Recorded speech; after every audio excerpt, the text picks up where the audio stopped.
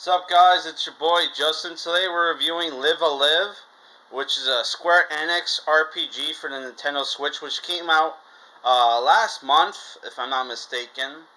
Right? It's a turn-based RPG, which is a remaster of a Super Famicom game that we never got in the West, also by the same name.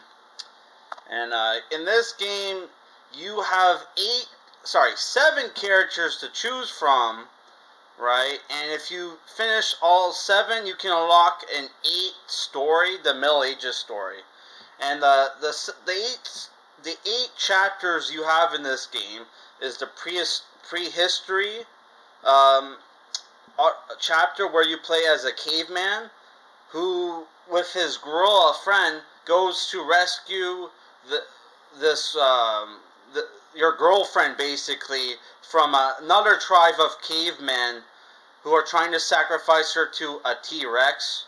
You have the Wild West chapter, where you, as an outlaw, Sundown, team up with this bounty hunter to save this small town from a gang of bandits. You have the Imperial China arc, where your old kung fu master, who comes down from the mountain to find some apprentices to teach in your martial art before you die, and 2 out of 3 of your apprentices get killed, and with your last remaining apprentice, you go out to avenge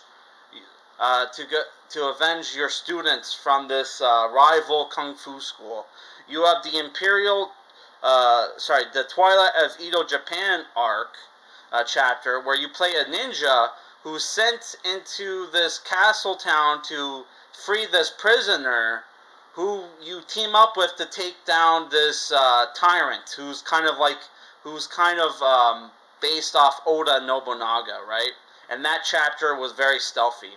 You have the present day chapter, where you play as a martial artist, and this chapter was very Street Fighter-esque, where you have, you can choose from 6 fighters to fight from the fight, and you can learn skills from them, right?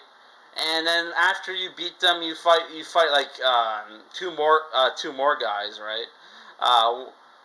2 more guys, and that chapter was super short. Only took me like half an hour. That and the Wild West one was only an hour too. You have the New Future chapter, which this chapter was probably my favorite chapter, where you play this psychic kid who lives in an orphanage, right? He's a teenager, but it's like a cyberpunk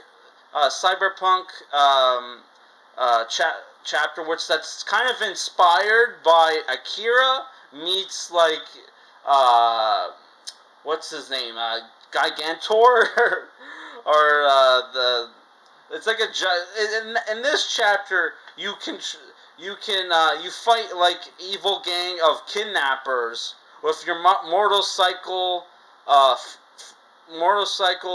gang member friend, and a robot who's like a turtle, whose brain was put into a turtle robot, and you fight this evil gang, fight this conspiracy, and control a giant robot with your psychic powers. You have the Distant Future chapter, where you control a robot on a spaceship that's like a cargo ship, and you're transporting this monster to Earth. And in that chapter, it was a combination of Alien meets 2001: A Space Odyssey, where there's this rogue AI on the ship that's trying to kill everybody. And the second to last chapter, because there is a 9th chapter called the Dominion of Hate, right? But the 8th chapter, the Middle Ages chapter, you play this hero who after winning a tournament gets given the hand of the princess to marry, right, and become the next king of the kingdom. She gets kidnapped by the Dark Lord, and you and your friend, who's a mage called Stribo, team up with the legendary warrior and his priest friend to go on this quest to rescue the princess, sorry, from the Dark Lord. And there is a final chapter, the Dominion of Hate, where you can pick which of your characters to play as that gets teleported to the Middle Ages to fight the Dark Lord, and you can I didn't notice, but like at first the stupid radar, which is the mini map that points you to where you need to go, only pointed me to one of the party members. So I took that one party member to go and fight the Dark Lord, right? And I couldn't beat it, so I went and looked. Okay, what's going on? Turns out there's two other. They give you three party members to join your team, right? From the other chapters, right? And you can go and fight this like super powerful version of the Dark Lord, right? Which is, that boss battle was such BS that, I gave myself 2 weeks to beat this game, and after playing that fighting that boss battle all day, I quit because that final boss battle was so cheap, man. He has an ability. One, he has high defense, right? He has high defense. Well, you have like 4 monsters you have to kill. One of them you can't touch until you have to save him for last, or he'll just fuck up your entire party. So you have to fight the other 3 monsters first, right? And after doing that, you fight the final monster, right? Who has such high defense, you hardly do any damage to him, right? And after you get him to like half HP, he has this attack called the I totally forgot what it's called, but like it's this attack that can take a shitload of HP from you, and he can heal himself like 200 points, right? Keep in mind, most of your attacks are doing less than 50, right?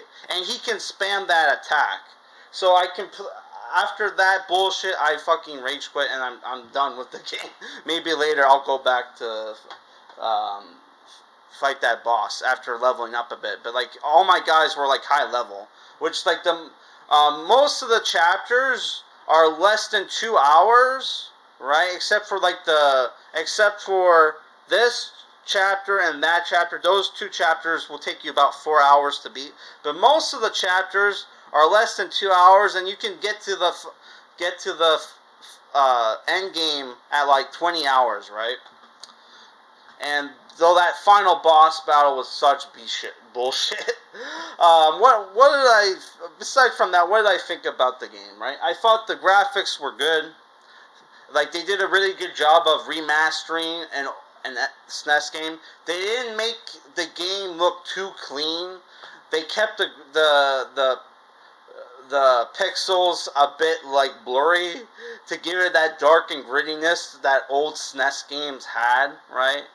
And I did think this game is a good game for people who want to try SNES RPGs, but are frustrated with like how hard they can be, or not knowing where to go, right? Because that's one of the biggest problems like a lot of people have with SNES RPGs, is that you need walkthroughs to figure out what you're supposed to do next, right? Sometimes just talking to all the townspeople isn't enough, right? And then there's the problem that some old like SNES games have with sequence breaking, where you do something out of order and it completely screws you at the end of it completely screws you at the final boss, right? Which happened to me on Final Fantasy V. So I think this is a good game for people to play. Good game for people to play who want to try out, older RPGs, because the game, the different chapters were pretty easy, and you do have this variety of games where a variety of like genres where you have sci-fi, Wild West, prehistoric, the ninja chapter, which there's not a lot of ninja and like caveman RPGs. There are some Wild West RPGs with the Wild Arms games, but there's not enough ninja RPGs and like caveman RPGs, and especially there's not enough cyberpunk RPGs. I want a whole game based off this guy, this chapter, man. That chapter was the most fun, and playing as the giant robot was awesome. But my problem with the game, one, I don't like it when SNES RPGs or 16-bit games don't have illustration portraits, profile pics in game of the character art of what the character is supposed to look like. There's none of that there. Your profile pic for your characters is just the sprites, which is fucking lame. I hate when SNES RPGs do that, especially since like when you're a retro game collector, a lot of the time you're getting the game out of box, so you only have like the art on the cartridge to represent what the character is supposed to look like. So I fucking hate it when like they don't have in-game art to show you what the characters are supposed to look like. That bothers me.